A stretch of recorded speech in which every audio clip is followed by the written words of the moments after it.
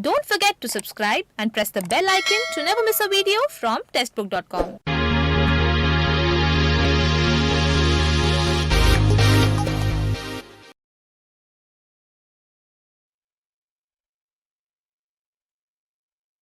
So good afternoon everyone. History previous year questions के अंदर we are starting a new series. So in this particular series we are going to cover all the previous year history questions which have already been asked in the examinations, so that you could get a fair idea that what kind of questions UPSC asks. Okay, so see, this is the prime requirement to crack this examination, that if you really want to get good marks in the prelims examination, then you have to cover the previous year questions to understand the trend. So once you understand the trend, your study will be guided up. The entire question answer formatting will be good as well. This is brief introduction about me. My name is Prince Luthra, All India rank 577 from UPSC CSC 2014 batch. And if you have any doubt, you can send me telegram messages on the @Prince_Luthra. So in this particular lecture, we are going to cover 10 previous year questions. Okay, and the cutoff for this particular small mock test would be 6 marks. Okay, so you have to score 6 or more than this, but yes, you can set your target, set how out of 10 marks or out of 10 MCQs, how many you are targeting. So please tell me the number in the comment section, that how much you are planning to score in this next 30 minutes. Vaishnavi has joined. Good afternoon, Vaishnavi. Please set a target, because setting a target will help you a lot. The cutoff is of 6 marks. 60% is the cutoff. There is no negative marking as long as you do not misread the question. In the comment section, please tell me the target score, because the cutoff is 6. So you can just set the target 3, 4, 5, 6, 9, 10, whatever you want to, so that we could move to the questions.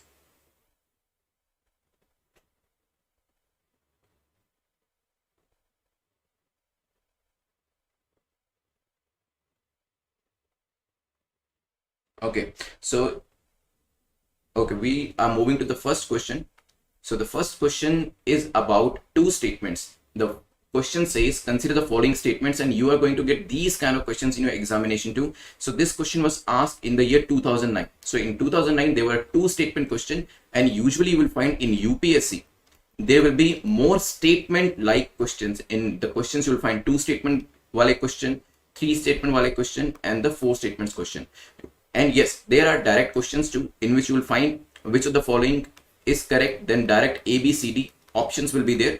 But this particular format is usually followed more in the PCS examination. In the UPSC examination, more questions are inclined towards statements. So 2, 3, 4 statements question will be more in your examination, and that's what we are going to practice more.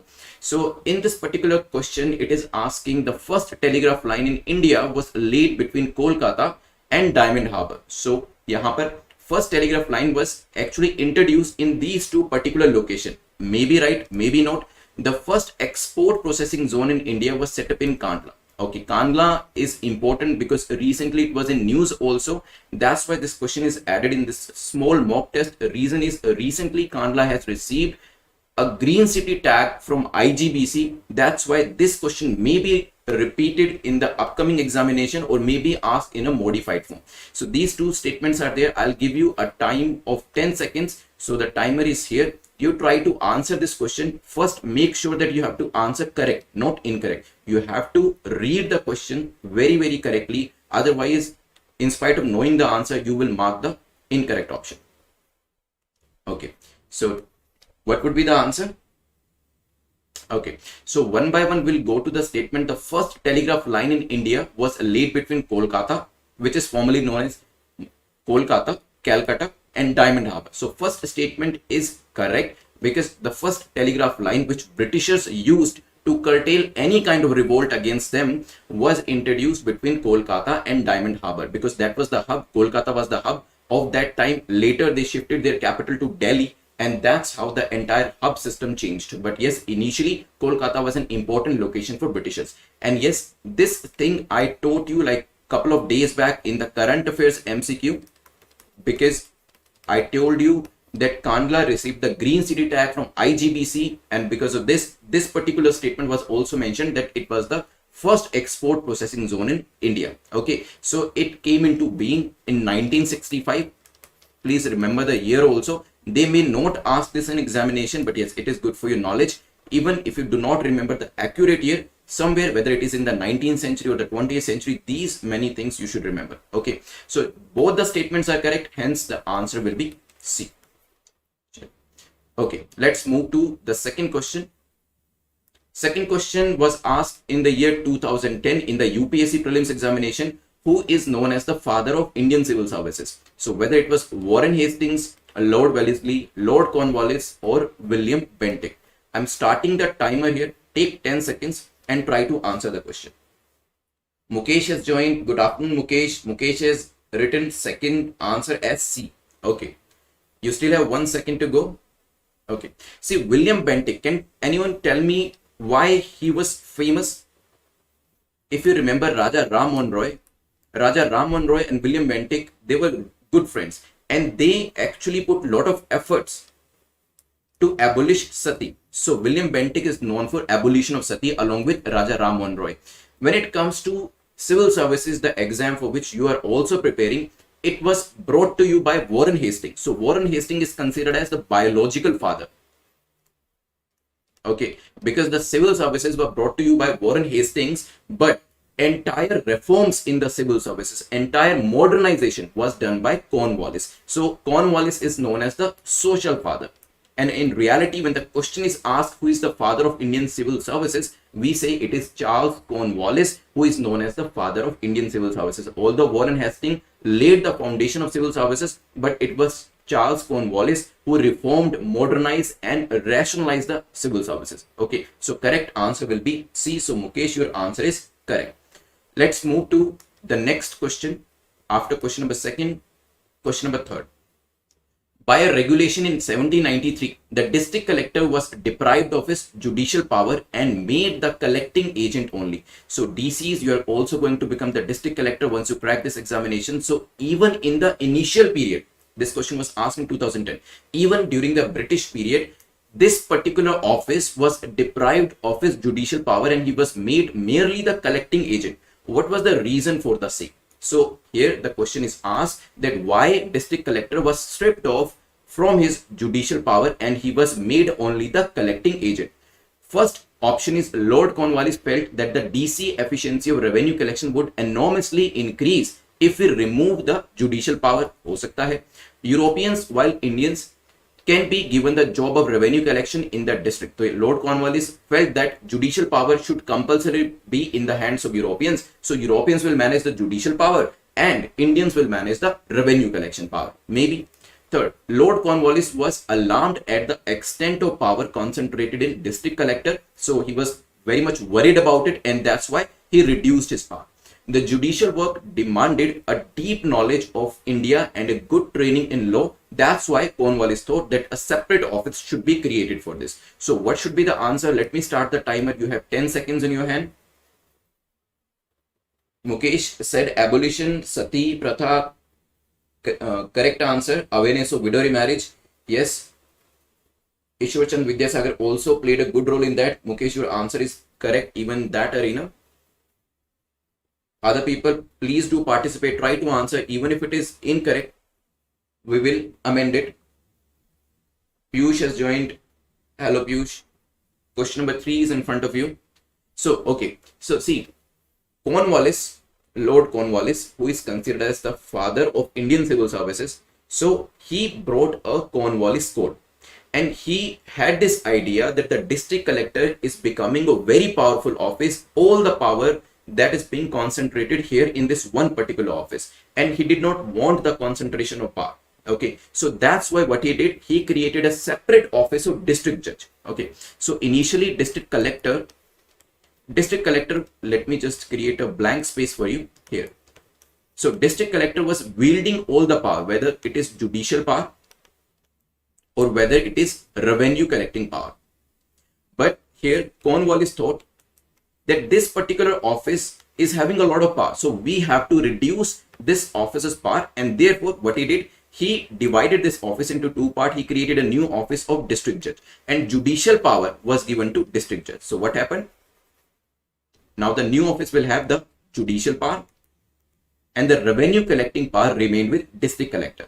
So here Cornwallis had this idea that a lot of power should not be concentrated in one office only. That's why this decision was taken. So answer will be C. Okay, so let's move to next question. Question number 4. Jagdish has joined here. Okay, Jagdish, Piyush, please try to answer. Also father of Indian police, Piyush has said. Okay, sure. Question number 4 talks about which of the following statement is or are correct about Brahmo Samaj. So regarding Brahmo Samaj, there are 3 statements and you are supposed to answer which of the following or above statement is or are correct. So Brahmo Samaj opposed idolatry. So maybe. Second, it denied the need for a priestly class for interpreting the religious text. So they opposed the priestly class. That is also a possibility. It popularized the doctrine that the Vedas are infallible. So यहाँ पे उन्होंने क्या कहा? That the entire philosophy of Vedas should not be taken at its face value. It may also be wrong. So you have 10 seconds in your hand. Try to answer it. What could be the answer? Brahmo Samaj, we know that Raja Ram Mohan Roy was associated with it. It was a monotheistic sect of Hinduism. Infallible means that Vedas do not have the ultimate truth, or they may be wrong as well. Piyush has asked this question. Mukesh said 4th answer is D. Piyush said D. Please read it carefully.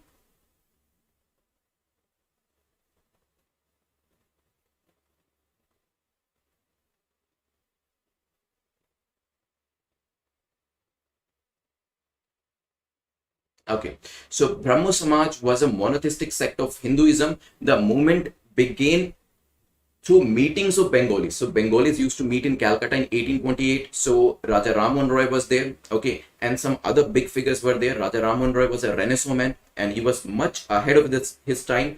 And he had this idea that we need to purify Hinduism. Okay, we have to bring the best practices of all the religion into Hinduism. That was his idea. Okay, so whether he opposed idolatry, yes, Brahmo Samaj opposed idolatry. At the same time, he said the priestly class, the Brahmins, are misinterpreting the religion. Our religious text is misinterpreted by Brahmins, and that is somehow forcing people to do horrendous things. Okay, so nothing is mentioned in the Vedas or in the religious text that sati is compulsory, but these Brahmins are saying that you have to perform it. Therefore, they oppose the priestly class also. It popularized the doctrine. It popularized the doctrine that the Vedas are infallible. If you see this thing, that Vedas are infallible means Vedas are the ultimate authority. Vedas are like, there is nothing wrong in that. And Vedas, you have to take it on face value. This particular doctrine was forwarded by Arya Samaj and not Brahmo Samaj. Swami Dayanand, when said go back to Vedas, he was talking about this only. But here, Brahmo Samaj believed that Vedas can be wrong as well. Whatever is written in Veda, do not take it on its face value, because whatever is mentioned here can also be wrong. So you have to apply your own mind. You have to apply your own rationale. You have to apply your own logic. So third statement is wrong. First 2 statements are correct. Answer will be B. Let's move to next question, which is question number 5. Question number 5 talks about, with reference to Pondicherry, now Puducherry, consider the following statement and you have to mark the correct answer. The first European power to occupy Pondicherry were the Portuguese. So first of all, Portuguese came to Pondicherry and took over it. Possible hai. The second European power to occupy Pondicherry were the French. So second important power which came to and took over Pondicherry was French power. English never occupied Pondicherry. Maybe. Let's start the timer. Try to answer it within 10 seconds. Thank you, Mukesh. Yes, B is the correct answer of the previous question. Who were the initial rulers of Pondicherry? Jagdish said 3. Please write the question number also. For example, if you are answering for the 5th question, write 5A, 5B, 5C, 5D, whatever option you want to opt for. Okay. So here, if we go by the statements, Portuguese established a factory in Pondicherry at the beginning of the 16th century itself. Okay, so Pondicherry and the Pondicherry Portuguese rulers were the first one who came into Pondicherry and they established a factory there. So first European power, they were the Portuguese. First statement is correct. Were the French second one? No. After Portuguese. So first were the Portuguese. After Portuguese, Dutch came into power. Dutch came and ruled over Pondicherry. So it was not French power, it was the Dutch. Okay. Second statement would be incorrect. Third, English never did occupy Pondicherry. Is it the right statement? So it is also a wrong statement. The reason is English invaded Pondicherry in 1793, but they returned it to French in 1814. Okay, so it is not like they never occupied Pondicherry, they never ruled Pondicherry. They did that in 1793, but they returned Pondicherry to French in 1814 after the Treaty of Paris. So third statement is also wrong. Correct answer will be A. So Portuguese were the first one to enter and occupy Pondicherry. After that, the Dutch Empire came, and after that, the English came, but they returned Pondicherry to French as per the Treaty of Paris. Okay, so correct answer will be A. Piyush, your answer is correct. Let's move to the next question. Before that, you can see this is Pondicherry, which is now referred as Puducherry. It was an important location for Portuguese as well as for Britishers and French Empire. Let's move to question number 6, which is concerning Radcliffe Committee. Radcliffe Committee was appointed to. Now, this question was asked in 2014 prelims examination. So, this committee was appointed for the solution of the problems of minorities in India, possible, to give effect to the independence bill. This is also a possibility to delimit the boundaries between India and Pakistan. Again, it may be correct to inquire into the riots in East Bengal. So, you have 10 seconds in your head. Try to answer this question. Why the Radcliffe Committee was formulated and what were the judgments given by it? Piyush has said A, Mukesh has said C. So answer is, what could be the answer? Other people try to answer it. Okay, so time is almost up. So Radcliffe, you must have heard about Radcliffe or Sir Cyril Radcliffe in geography also. A reason is he was the person who was given the task of demarcating the boundary between India and Pakistan. So which territory would be held by Pakistan and which territory would be given to India, that was decided by Radcliffe. If you see, this was the Radcliffe line. See here. So Rajasthan, entire Gujarat, Punjab region, and here because it was the East Pakistan earlier. So this entire territorial demarcation, this entire boundary was created as per the recommendation of Sir Cyril Radcliffe. So Radcliffe line is a boundary demarcation line between India and Pakistan upon the partition of India. So in 1947, we actually followed this Radcliffe line because of the partition. Okay, so the correct answer will be delimit the boundaries between India and Pakistan. Okay. So maps are very, very important. So whether you are studying history or whether you are studying polity, just look towards the map always. Okay, because it will good for memory. It is also good for memory. You will be able to visualize better and you will be able to recall the information better in your examination. Let's move to question number 7. Question number 7 was asked in 2014 exam, the partition of Bengal. So it is on partition of Bengal, which happened in 1905. So partition of Bengal made by Lord Curzon in 1905 lasted until. So till what time it lasted? Because there was an annulment concerning the same. Let's see. The First World War, when Indian troops were needed by the British, that was the time that the partition was annulled. Maybe King George V abrogated Curzon's Act at the Royal Darbar in Delhi in 1911. So it was annulled by King George V in 1911. Possible. Gandhiji launched civil disobedience movement, and that was the time the partition of Bengal was ended. The partition of India in 1947, that was the time this particular clause was revoked. So you have 10 seconds in your hand. Try to answer this question. When the partition of Bengal annulled, what could be the answer? Mukesh said 7th B. Piyush, try to answer it. Jagdish, please answer. Prabhat Ravi said C. Okay, so Prabhat, answer the question number 6. 6C is correct, Prabhat. Piyush, your answer is also correct. Now try to answer question number 7. Time is almost up. So what happened in 1911? See, in 1905, Bengal was partitioned. And why the Bengal was partitioned? Can anyone tell me? Okay. Britishers said that Bengal was partitioned because it was a very big place to manage. Okay, it lasted till 1911. See here. So it was a very big place to manage as per the British statement. Therefore, to make it more administratively convenient, they partitioned the Bengal. You can see it is the Western Bengal, it is the Eastern Bengal, in which Assam is also included. So they partitioned the Bengal so they could administer it in a good manner. Okay, but reality was Bengal became a hotbed of all the freedom struggle.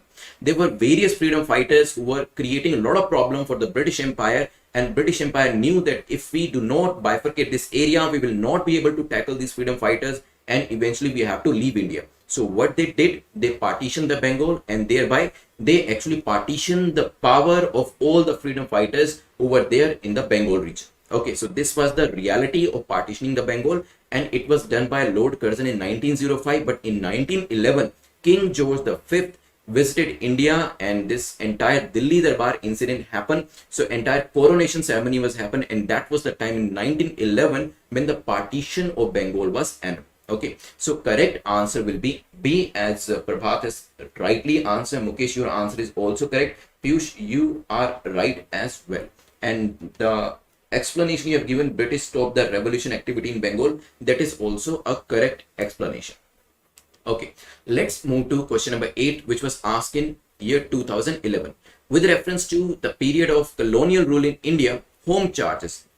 Now, this phrase is asked in prelims examination 2011 as well as on various other occasions. At the same time, home charges question can also be asked in the mains examination. Okay, so home charges formed an important part of drain of wealth. Drain of wealth theory is given by whom? Can somebody tell me? I've already explained and taught you these things in Spectrum MCQs on YouTube. So please tell me who postulated the theory of drain of wealth. So drain of wealth from India was happening through home charges. Which of the following funds constituted home charges? So what are the various funds? What are the various expenditures we were doing from the home charges? Okay, first is funds used to support the Indian offices in London. So there were various Indian offices in England. They were supported by home charges. Possible. Funds used to pay salaries and pensions of British personnel engaged in India. So various civil servants and various other officials, we were paying them through the home charges. Funds used for waging war. So if England wants to wage war against any other country, maybe France or maybe some other country, then that will also be financed by this particular fund that will be coming under the home charges. Possible. So I'm giving you 10 seconds to try to answer this. Then we will see the correct answer. Also tell me drain of wealth theory, who postulated it? There were various economists in the British era also who were thinking about drain, who were thinking about the exploitation which the Britishers were doing over India. Fantastic answer by Piyush, because it was Dadabhai Naroji. Correct answer. And Jagdish answer is also correct, because all these things constituted the part of home charges. So see how the Sone ki Chidiya was looted that time. So if British want to pay salary to their troops, what would they do? They use Indian money. If they want to pay salary to their civil servants, what do? They will use Indian money. If they want to wage war against France, what would they do? They will use our own money. If they want to pay salary to people who were sitting there in London, again Indian salary. So you can understand our money was utilized for their adventure. So whatever they are doing, whatever adventure they are initiating or they are participating in, they were using Indian money. Okay, so drain of wealth was given by Dadabhai Naroji, but at the same time, economic history of India, it was written by Ramesh Chandra Dutt. He also mentioned that how British exploited India economically and otherwise. Okay, so correct answer here will be D. For example, if Britishers are transporting their troops from place A to place B, even in that transportation, the entire expenditure will be borne by India, something like that. Okay, so the entire setup was created to exploit India economically. Let's move to the next question, which is question number 9.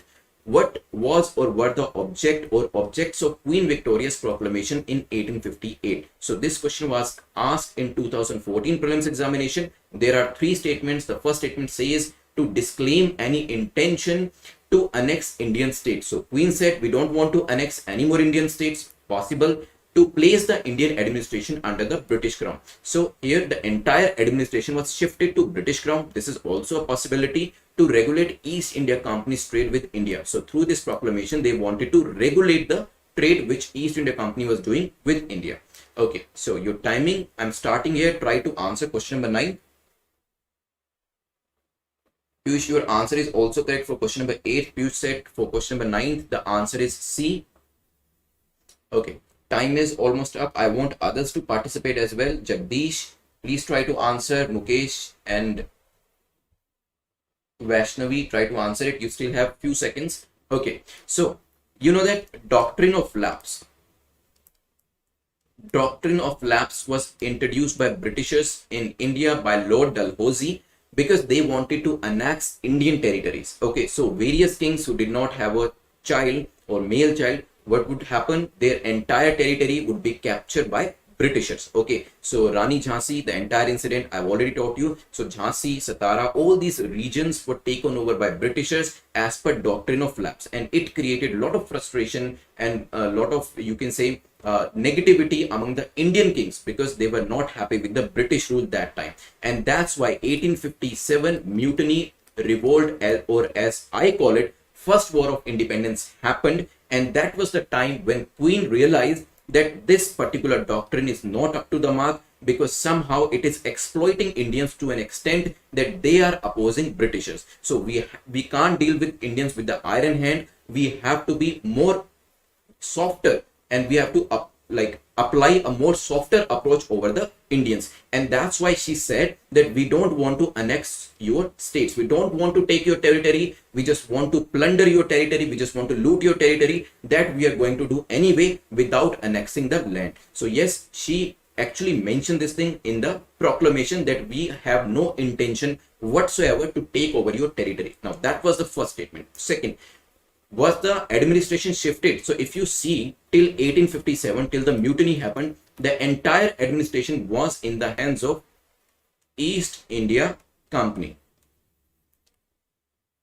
Okay, so it happened till 1857. When the mutiny happened, British government realized that East India Company's affair should be checked. They are not able to perform in a good manner. They are not able to manage the administration. Therefore, administration should be shifted to Crown.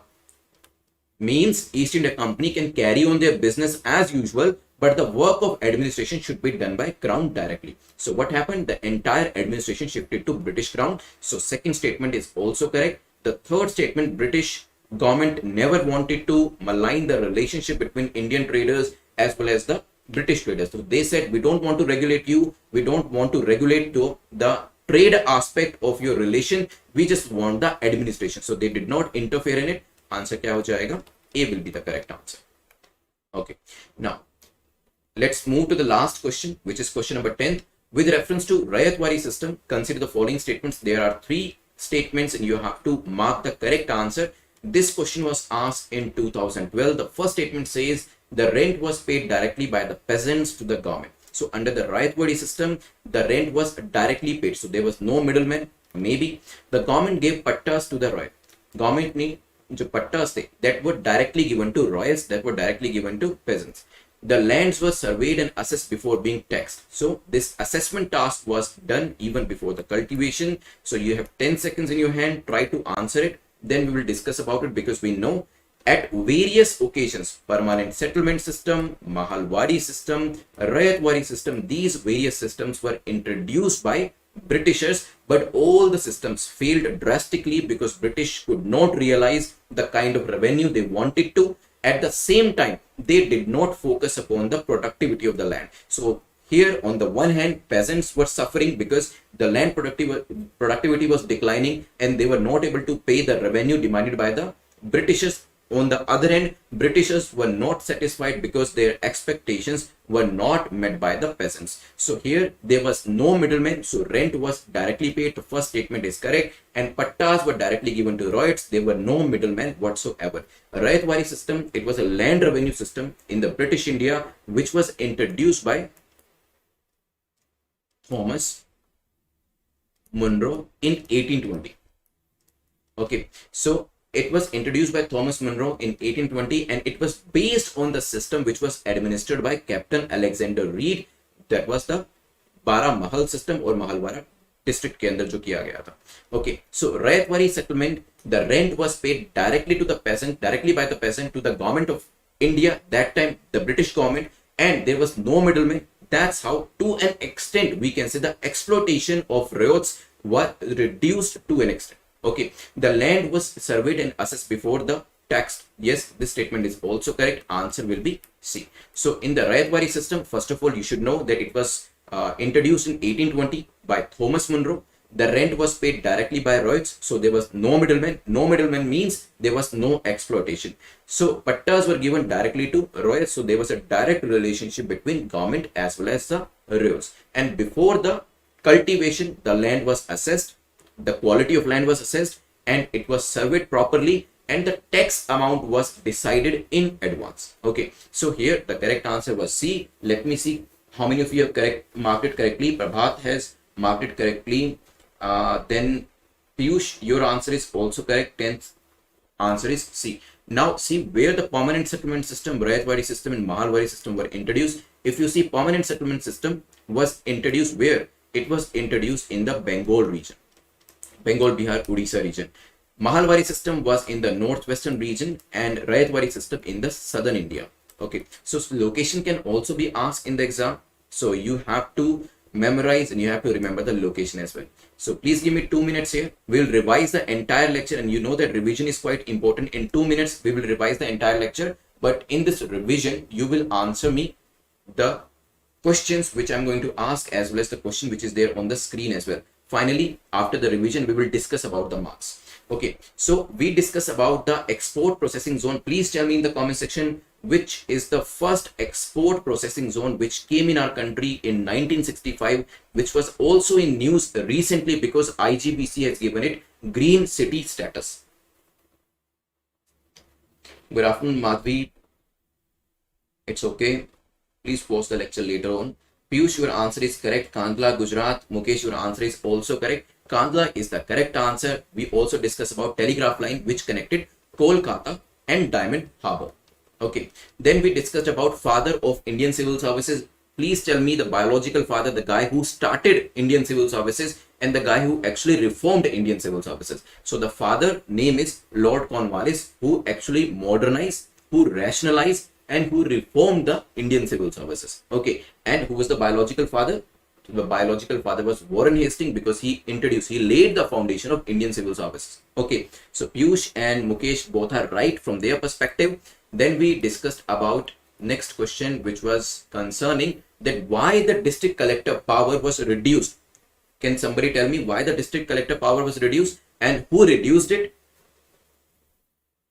It was reduced, that's for sure.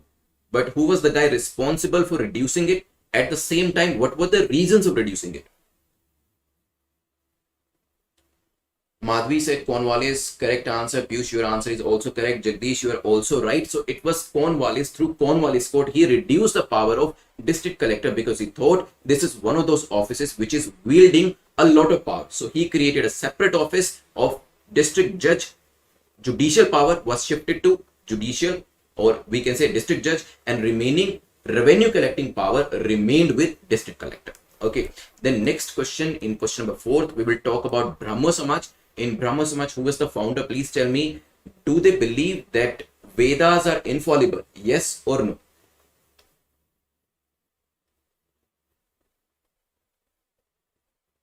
Raja Rammohn Roy. Piyush, your answer is correct. Warren Hastings was the biological father. Madhvi said yes, correct answer. 1828 again is the correct answer. Brahmo Samaj was a monotheistic sect of Hinduism. This is I also taught you. Brahmo Samaj में Raja Ram Mohan Roy was a Renaissance man. He was a man of science. He was a man of logic. He was a man of rationality.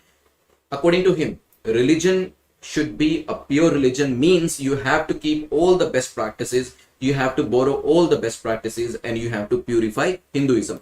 Vedas are not infallible, they can also be wrong. This was the postulation by Brahmo Samaj. Then after this, we move to the next question, which was question number 5th, which was asked in 2010. Here, please tell me whether Britishers ever occupied Pondicherry, yes or no? Because we know Portuguese were the first one to came here and they occupied Pondicherry. Then the Dutch occupied, French occupied, but whether Britishers ever occupied it or no? Yes, it was Akbar the second, not Ashok the second. Please correct it, Mukesh. Piyush is right here.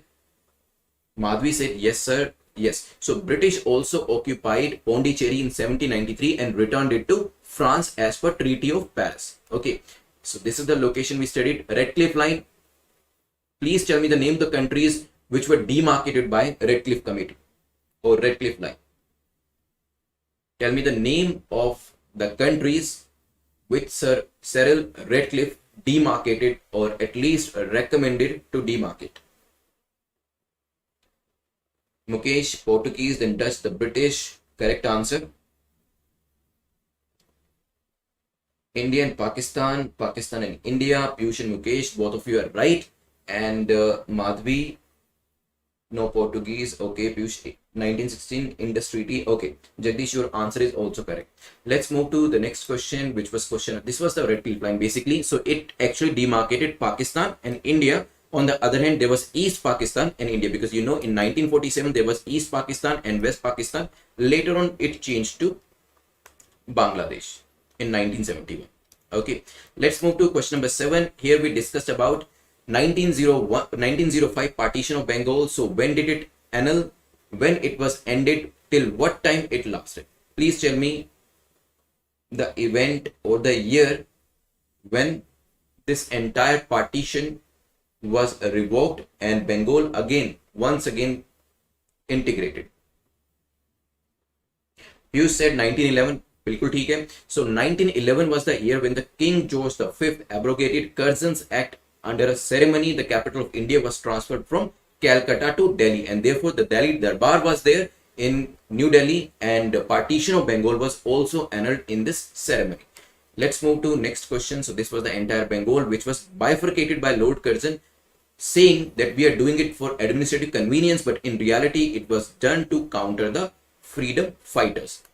Question number 8 talked about drain of wealth theory. So what were the things which were constituting drain of wealth, or what were the things or the factors which were constituting home charges? Please tell me.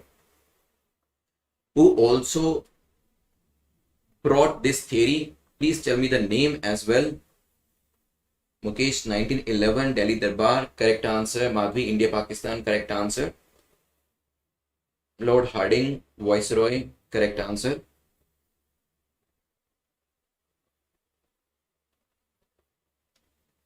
So what were the constitutional factors of home charges? I told you every expenditure which was done by Britishers, whether it is to pay salary or transportation or wage war, all these things, all the money was taken from India. Okay, so drain of wealth was brought to you by whom? Please tell me the name. Dadabhai Narozi. Piyush once again have answered it correctly. So yes, here the answer was D. Let's move to the next question. Question number 9. Question number 9 asked about Queen Victoria's proclamation. So did Queen Victoria say that we are going to annex Indian territory? Yes or no? Because entire administration after this proclamation in 1858 was shifted from East India Company to British Crown, but they said we are not going to interfere in your business. In the financial, the trade aspect, we are not going to interfere. We are not going to take over any more territory, because we are here to do the business. We are here to plunder your country, and that's what we are going to do instead of just taking over your territory. So answer is no. Okay.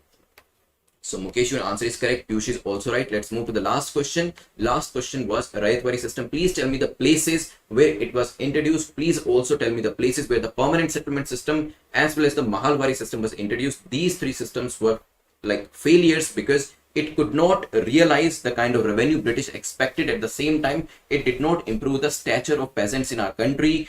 Neither do they actually increase the productivity of the land, which was again another important criteria of introducing such systems. So Piyush has mentioned South India, which is correct. Permanent. Bengal, Bihar, correct answer. Mukesh said Madras, correct answer. Mahalwari, Northwestern, okay.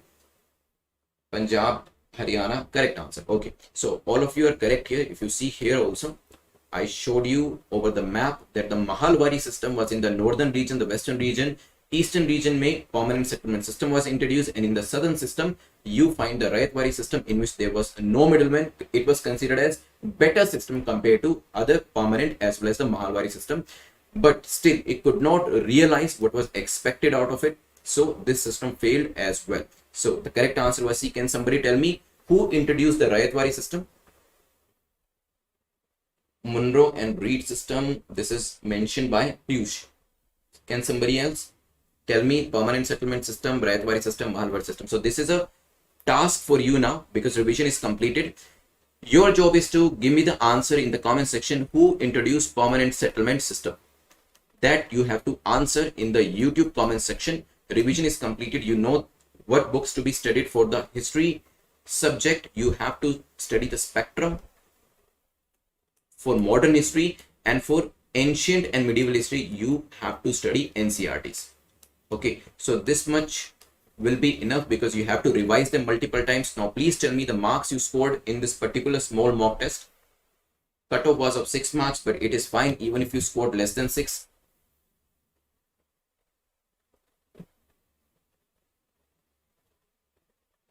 Please tell me your marks in the comment section. 6 correct, 3 wrong. First was in late join. Okay, so here Mukesh has scored score of 6-7. It's a good score for the first attempt. Piyush has scored 8. Good again. Madhvi joined late, so Madhvi can reattempt it and can then let me know about the marks. And Madhvi has written Munro, which is correct answer for the Ryotwari system. Okay, so this was our first lecture on the history previous year question series. Let's see if we get a good response over this video. We are going to carry on the series. Then we'll try to cover all the questions of the history which were asked in last 10-20 years, so that your upcoming examination would be easy. Like the question should become easier for you to solve, because you have to complete the previous year questions also to understand the trend, to understand what kind of questions will be asked in 2021 or any other upcoming examination. So even if we do not carry on with the series, I'll request you to go through the previous year question. You will understand, you will get a better idea that what kind of questions UPSC asks. Okay, so please do practice them, and if we come up with a new video, then definitely I'll let you know. I'll give you the notification also, so that you could also join with me and we could solve these questions live. Thanks for watching this video. If you have any other doubt, you can just contact me on @prince_Luthra, and that will be on Telegram. Okay, so take care, have a nice day, goodbye.